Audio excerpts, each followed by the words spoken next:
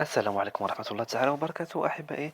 في الحلقة الثانية من la matrice ADL في سلسلة marketing stratégique. Aujourd'hui, on va présenter un exercice.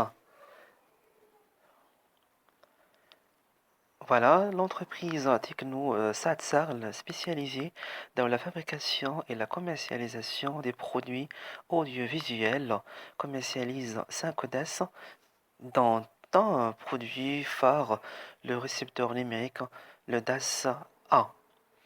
Suite à une analyse ADL, les responsables de la société hésitent de prendre des choix stratégiques décisifs et ils vous demandent de les aider à la prise de décisions convenables.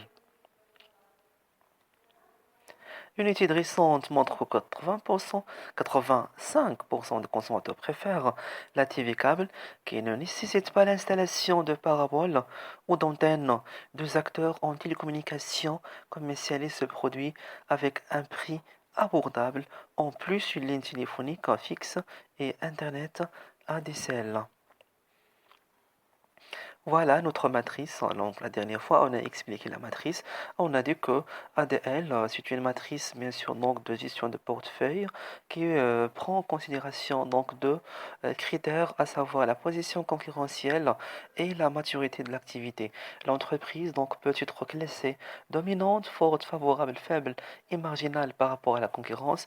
Alors, bien sûr, que le secteur passe par quatre phases: démarrage, croissance, maturité et déclin. L'entreprise Technosat a déjà fait une analyse ADL qui la permet bien sûr d'avoir la position suivante: DAS A, le DAS P, le DAS C, le DAS D et enfin le DAS E. Voilà, donc il s'agit là d'un portefeuille donc peu équilibré. Donc, comme déjà montre l'image, l'analyse ADL, voilà, donc on a un produit phare qui est le récepteur numérique. Bien sûr, donc, se dirige vers le déclin. Donc, autre DAS, le DAS P, voilà, une position forte alors que le secteur en maturité. Le DAS E, une position également favorable alors que les secteurs en pleine croissance, un DAS D et un DAS C. Bien sûr, donc on va faire l'analyse ADL par la suite. Donc la question qui se pose, voilà, quelle décision à prendre? On commence par l'analyse des portefeuilles. Par la suite, donc on va passer aux différentes recommandations stratégiques.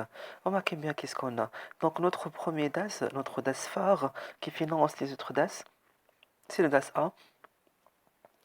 Voilà, il est en position euh, importante. Voilà, donc l'entreprise domine déjà le marché, mais le secteur se dirige vers le déclin.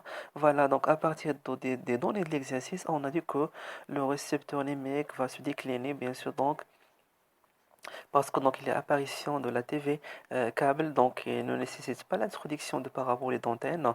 En plus, bien sûr, donc il est téléphonique fixe et bien sûr donc il est Internet. Voilà, donc l'entreprise doit faire un certain choix ici. Le DAS P, voilà, c'est un DAS important également pour l'entreprise. Le secteur, il est en maturité, alors que la position de l'entreprise est très forte. Le DAS C, donc la position de l'entreprise, elle est faible. Alors que le secteur ici en plein maturité, voilà, donc il y a une position qui est inquiétante pour l'entreprise.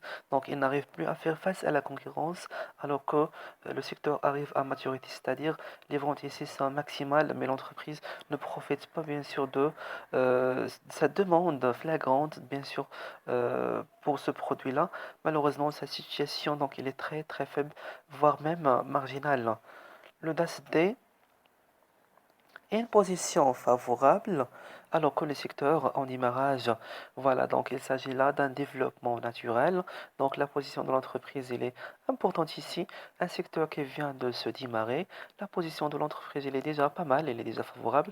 Donc il doit attendre ici un développement naturel au fil du temps, bien sûr. Donc, alors que le DAS passe par les différentes phases cycle de vie, c'est-à-dire démarrage vers la croissance, vers la maturité et le déclin. L'entreprise ici, donc pour ce DAS-là, doit tirer profit bien sûr pour passer d'une position favorable et forte à la position dominante au fil du temps. Enfin, pour le DAS E, voilà une position entre faible et favorable, alors que le secteur il est en croissance. Normalement ici, l'entreprise doit avoir une position entre forte et favorable parce que la demande ici commence bien sûr d'avoir une amélioration intéressante parce que bien sûr au démarrage les ventes se sont très lentes, mais par la suite donc il augmente massivement et c'est dans cette phase-là. Bien sûr, pour faire face à la concurrence, l'entreprise doit d'ailleurs être entre une position favorable et forte. Voilà, la matrice du que, voilà, il faut faire un certain choix stratégique. Voilà, il s'agit d'un développement sélectif. L'entreprise, normalement, doit avoir des stratégies, bien sûr, pour améliorer ce DAS-là. On passe aux recommandations stratégiques, bien sûr, pour l'exercice. On commence par le DAS A. Remarquez bien qu'est-ce qu'on a. Donc, ce DAS se dirige vers le déclin. Voilà, donc quand il y a un DAS qui se dirige vers le déclin, l'entreprise normalement doit le relancer. Le relancer par quelle manière? Voilà, donc il est en phase de maturité et se dirige vers le déclin. Donc, la relance, voilà, pour le relancer, il faut le remplacer quand même. Pourquoi pas donc produire des produits en relation avec la TV câble parce que ce produit-là donc se dirige vers le déclin. L'entreprise possède déjà des liquidités importantes, donc il a tiré profit pendant des années pour financer les différents DAS conservés dans le portefeuille de l'entreprise.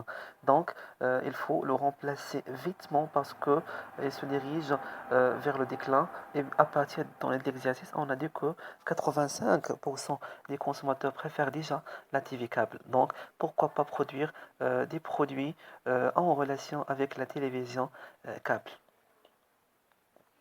Pour le DASP, voilà une position convenable. L'entreprise déjà une position forte dans un secteur en maturité. Normalement, donc il est en deuxième position parce que donc il y a des entreprises qui dominent ce marché-là. C'est une position donc pas inquiétante, mais l'entreprise doit chercher à développer bien ce produit-là, bien sûr, pour le permettre d'être voilà un produit dominant dans son marché parce que donc les ventes ici sont fortement maximales. Pour l'audace C, donc remarquez bien qu'est-ce qu'on a. Malheureusement, l'entreprise a une situation inquiétante. Notre secteur en phase de maturité, l'entreprise n'a jamais tiré profit de ce produit-là. Donc voilà, l'essentiel c'est de faire quoi? C'est de l'abandonner de son portefeuille parce que donc il est en position marginale et faible alors que les ventes sont maximales. Donc pour ce DAS-là, l'entreprise n'arrive plus à faire face à la concurrence. Donc c'est la recommandation stratégique claire à prendre, c'est d'abandonner ce DAS C. Pour le DAS D, voilà, on est en développement naturel. Notre position, donc, elle est favorable, alors que le secteur en démarrage. Donc, qu'est-ce qu'il faut faire ici? Voilà, donc, il faut attendre les réactions des concurrences, mais par la suite, l'entreprise, normalement, doit améliorer, doit développer bien ce produit-là parce que donc il a besoin de liquidité. Le secteur il est en démarrage, donc il doit avoir donc une croissance par la suite, une maturité, un déclin. Notre position donc il est entre favorable et forte, donc on doit tirer profit de ce produit-là, bien sûr donc avec un développement par les liquidités générées en ce temps-là par le DAS A. Pour le DAS E, enfin, voilà, donc il s'agit là d'un développement sélectif. L'entreprise doit sélectionner un choix stratégique parce que, comme j'ai déjà expliqué, donc notre situation elle est entre faible et favorable alors que la demande, alors que les ventes ont commencé déjà bien sûr donc d'avoir une augmentation. L'entreprise doit améliorer fortement ce DAS-là, surtout par les liquidités générées par le DAS.